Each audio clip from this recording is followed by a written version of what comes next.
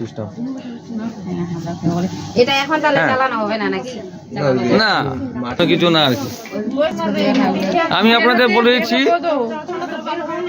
আপনাদের বলেছি কোনটাকে মেশিন সম্পর্কে, সেটা আপনারা জেনে নেন।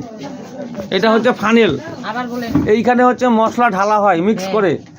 হ্যালো, এটা হচ্ছে গিয়ার বক্স, এই টোটালটা এখানে গিয়ার বক্স, মানে এখানে যত রকমের কলকবজা আছে।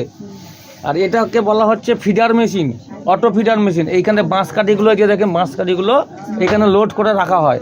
আর যখন এটাকে অটো ফিডার, যেহেতু এখানে অটোমেটিক সুইচ আছে, এই অটো কাট করলেই অটোমেটিক সাট করে কাঠিগুলো বের হতে থাকবে। কোন সাইড দিয়ে বের হবে কাঠিটা বের হবে এই যে এটা হাফ, হ্যাঁ এটা হাফ বলা হয়, পিস্টন হাফ।